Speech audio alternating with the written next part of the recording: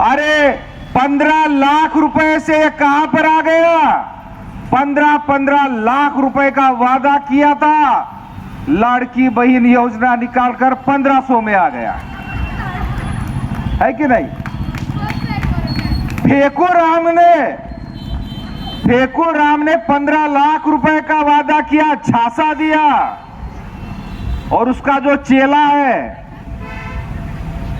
चेले का नाम क्या है, उसका जो चेला है वो 1500 रुपए में लेकर आ गया।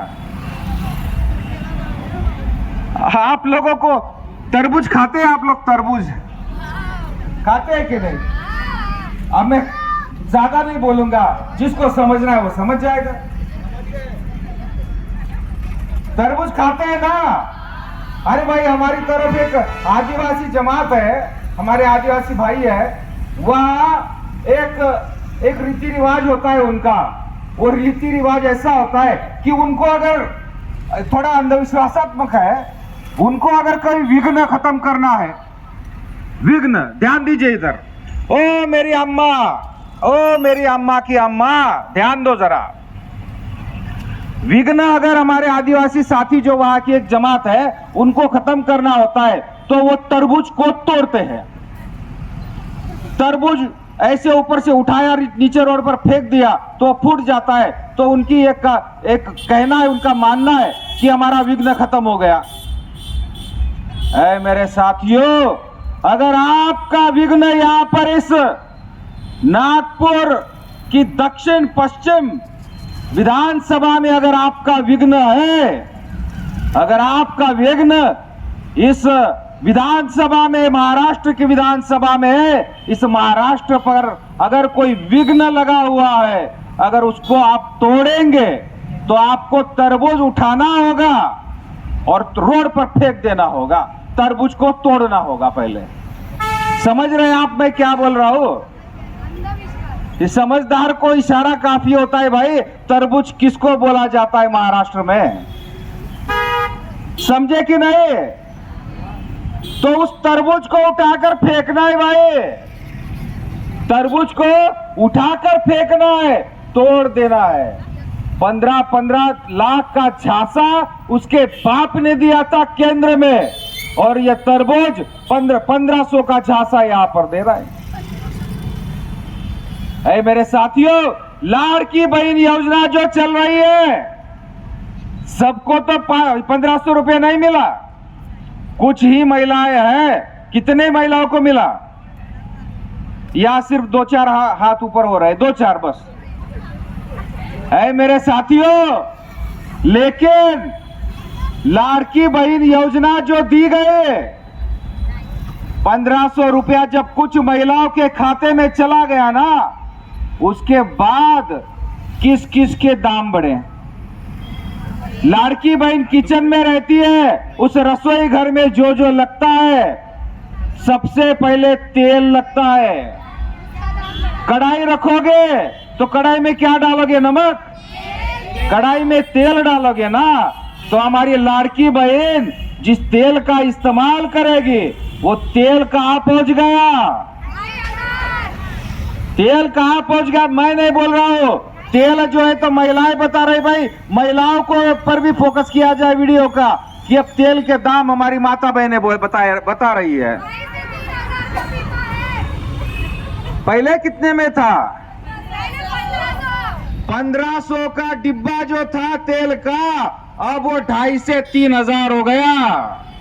यानी लाड़की बहन को 1500 रुपए देने का जो नाटक चल रहा है ना, लेकिन उसी लाड़की बहन के उस किचन में से, उस रसोई घर में से 1500 की बजाय 5000 रुपया निकालना चल रहा है।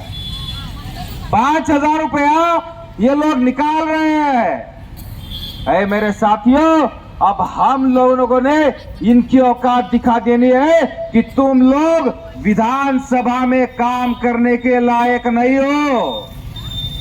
विधानसभा, इस महाराष्ट्र की विधानसभा को जो इन लोगों ने पूरा वहां पर जो खोखला कर रखा है, हमारी तिजोरी भी, तिजोरी को कैसे खोखला किया? 50 खोके एकदम होके डायलॉग याद है कि नहीं, भूल गए? इलेक्शन कमीशन के भी लोग आए हैं, उनका भी कैमरा चल रहा होगा। भाई डंके की चोट पर कह रहा हूं मैं, भारत के और महाराष्ट्र के तमाम नागरिकों की जुबान मैं यहां पर बोल रहा हूं। 50 खोके एकदम ओके। काय डोंगर, काय त्या झाडी, काय ते हॉटेल, डायलॉग याद है कि नहीं? याद है ना? ये जो तिजोरी खाली हुई है महाराष्ट्र की, तो कहां खाली हुई है? वहां खाली हुई है। हमारे जेब का पैसा वहां खाली किया है। किसने खाली किया है? अरे भाई तरबूज को उठाओ और तोड़ो, तभी हमारा विघ्न टलेगा। क्या करना है?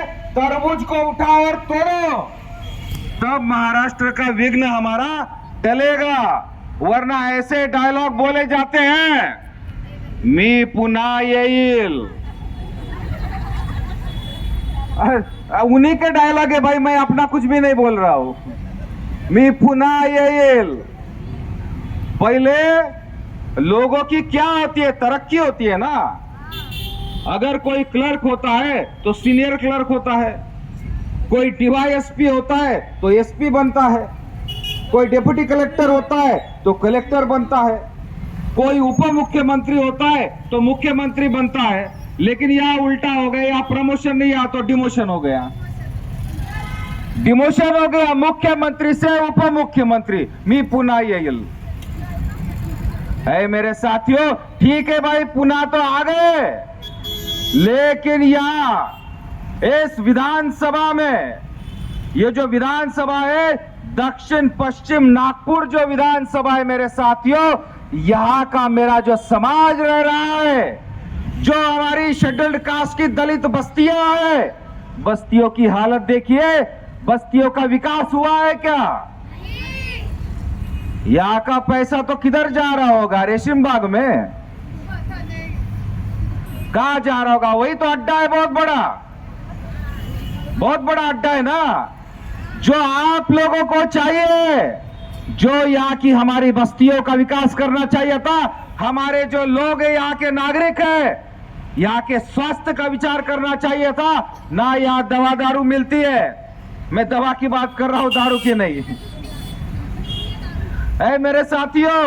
क्योंकि दारू मैं कभी पीता नहीं हूं। इलेक्शन कमीशन वाले बोलेंगे कि दारू की बात कर रहा है। मेरे साथियों, यहां पर ना दवाई की व्यवस्था की गई है, ना दवा खाने की व्यवस्था की गई है। अरे उल्टा, ये जो दक्षिण पश्चिम जो विधानसभा क्षेत्र है, ये पूरे महाराष्ट्र में 1 नंबर का क्षेत्र होना चाहिए था, क्योंकि ये मुख्यमंत्री का क्षेत्र था, मुख्यमंत्री का। और आज उप मुख्यमंत्री का यह चुनाव क्षेत्र है। मेरे साथियों, सबने यहां पर, क्योंकि पूरा देश का यहां पर ध्यान केंद्रित होता और ये यहां पर अपनी कॉलर उठाकर बोलता कि आप आइए, कोई भी हमारी विधानसभा क्षेत्र में आइए, दक्षिण पश्चिम में, देखिए हमने कितना विकास किया है। लेकिन ये ऐसी बताने की हिम्मत कर सकते हैं, क्योंकि इनका विकास गायब हो गया है। अब जिस किसी हमारे आदमी का नाम विकास होगा, वो बेचारा कहेगा कि यार मैं तो यहां बैठा हूं, कोई तो विकास कहेगा मैं तो यहां बैठा हूं। अरे भाई, विकास तो सच में गुम हो गया है। 2014 में जो वादे किए थे विकास करने का भारत के, वो कहां गए? अरे सरकार में आते ही सिर्फ बेचने का काम शुरू कर दिया, इस भारत को बेचने का काम शुरू कर दिया। हर साल में 2-2.5 करोड़ नौकरी देने वाला था, दिया। अरे जिसको नौकरी थी वो भी छीन लिया। मेरे साथियों, झूठ और फरेब का सहारा लेकर ये लोग यहां पर अपनी जेब भर रहे और सरकार यहां पर बना रहे हैं। और ये जो हमारा समाज है, ये जो यहाँ के नागरिक है, भारत की जनता है, महाराष्ट्र की जनता है, मेरे साथियों, ये भूखों मर रही है। और ये लोग नाटक कर रहे हैं। 80 करोड़ लोगों को हम राशन पहुंचा रहे हैं, मतलब ये लोग बता रहे हैं कि 80 करोड़ जनता उनकी सरकार में राशन तक नहीं ले पा रही है, बिलो पावर लाइन के नीचे है, बिलो पावर लाइन के नीचे है। हमारी मौसी चाची बोल रही है, कितना क्या बोल रही है, 2 किलो गेहूं मिलता है, 2 किलो गेहूं में एक आदमी का भी पेट भरेगा? परिवार में तो बहुत लोग होते हैं, लेकिन एक आदमी का भी पेट भरेगा कभी? कभी नहीं मेरे साथियों, क्योंकि तरबूज तो इतना बड़ा होता है, तरबूज तो इतना बड़ा होता है, अकेले तरबूज को तो पूरा 2 किलो तो एक समय में लग जाएगा। तरबूज समझते हैं ना कौन है? तो मैं बार बार पूछ रहा हूं आपको, है मेरे साथियों, ये लोग सिर्फ हमारा खून चूसने के लिए या सरकार में बैठे हैं, समाज को भूखा मारने के लिए बैठे हैं। कोई रोजगार नहीं है, कोई रोजगार नहीं, सिर्फ जुमला है, टीवी पर दिखाते और कुछ नहीं दिखाते, सिर्फ टीवी पर एक सफेद दाढ़ी वाला और एक काली दाढ़ी वाला। सुबह टीवी लगाओ, कभी भी टीवी लगाओ, सफेद दाढ़ी वाला जो है झूठ पर झूठ बोलता है, काली दाढ़ी वाला है एक आंख को बंद करते करते पतंजलि के प्रोडक्ट बेचता है। मेरे साथियों, हम लोगों का खून चूस रहे हैं ये लोग। इस पर मैं, समय कम है, जाते जाते एक दोहा मैं आपको कबीर साहब का बताऊंगा, जो कबीर साहब बाबा साहब अंबेडकर के गुरु थे। मेरे साथियों, हम लोगों का किस तरह से खून चूस रहे हैं ये मैं आपको बताना चाहूंगा। गांडू फड़वे रण चढ़े, रणभूमि पर युद्ध करने के लिए कौन जा रहे हैं? गांडू फड़वे। कबीर साहब कहते हैं, मैं गाली नहीं दे रहा हूं, कबीर साहब की बात बता रहा हूं। गांडू फड़वे रण चढ़े, कैसे कैसे लोगों को जिता कर दिया है, वो रण चढ़ गए। गांडू फड़वे रण चढ़े और मर्दों के बेहाल, अरे भूखे पेट मर रही है पतिव्रता और पेढ़े खाए छिनाल। ये धंधा यहां पर चल रहा है इन लोगों का। इसलिए मेरे साथियों, हम लोगों ने जागरूक होना अब बहुत ज्यादा आवश्यक है। हम लोगों ने जागरूक होकर, सजग नागरिक होकर, सजग मतदार होकर, केवल एक समुदाय नहीं, मेरा जितना भी समाज, चाहे वो किसी भी समाज से हो, बौद्ध समाज हो, मेरा वाल्मीकि समाज हो, मेरा ओबीसी समाज हो, मेरा सिख समाज हो, कोई भी हो, सबने इस बार सोच विचार करके, कांशीराम साहब ने सोच विचार करने वाला समाज निर्माण किया है, तो उस सोच विचार करने वाले समाज ने सोच विचार करके आने वाली 20 तारीख को, मेरे साथियों, तरबूज को तोड़ना है और हाथी का बटन दबाना है, हाथी का बटन दबाना है। क्योंकि आपको अपने बाप ने क्या बताया है, जिसका स्टैचू सामने लगा हुआ है, हमारे बाप ने बताया है कि जाओ और अपने घरों की दीवारों पर लिख दो कि तुम्हें इस देश का राजा बनना है, हुक्मरान बनना है। मेरे साथियों, राजा बनने के लिए हम सबसे कहा गया है, तो अब आप लोग ही बताइए, राजा किस पर बैठता है? अरे राजा किसी टूटे हुए डुंडे हाथ पर नहीं बैठता, अरे राजा किसी मुरझाए हुए कमल पर नहीं बैठता, राजा किसी गैस के सिलेंडर पर, कुकर पर नहीं बैठता, राजा किसी बैट पर, हॉकी पर, गधे पर, घोड़े पर नहीं बैठता। मेरे साथियों, राजा कहीं बैठता है, वो तो हाथी पर बैठता है। वो हाथी आप सबके लिए बहुजन समाज पार्टी लेकर आई है, सुरेंद्र श्रावण डोंगरे लेकर आए हैं। मेरे साथियों, ये जो नौटंकी करने वाले लोग यहाँ चुनाव मैदान में उतरे हैं, तो आज ये चुनाव मैदान में जो उतरा है, किसका बेटा है हमारे सामने? जिसका बाप बीजेपी का मंत्री था, है कि नहीं? बाप था बीजेपी का मंत्री और बेटा है कांग्रेस का उम्मीदवार। दोनों का अंदर से याराना है, अंदर से याराना है। कांशीराम साहब ने कहा था जब बहुजन समाज पार्टी बढ़ेगी तब कांग्रेस भाजपा एक हो जाएगी और हाथी के खिलाफ लड़ेगी। दोनों के दोनों एक है, अंदर से उनका याराना है। इसलिए मेरे साथियों, सोच विचार करके आप लोगों ने इस बार हाथी का बटन दबाना है।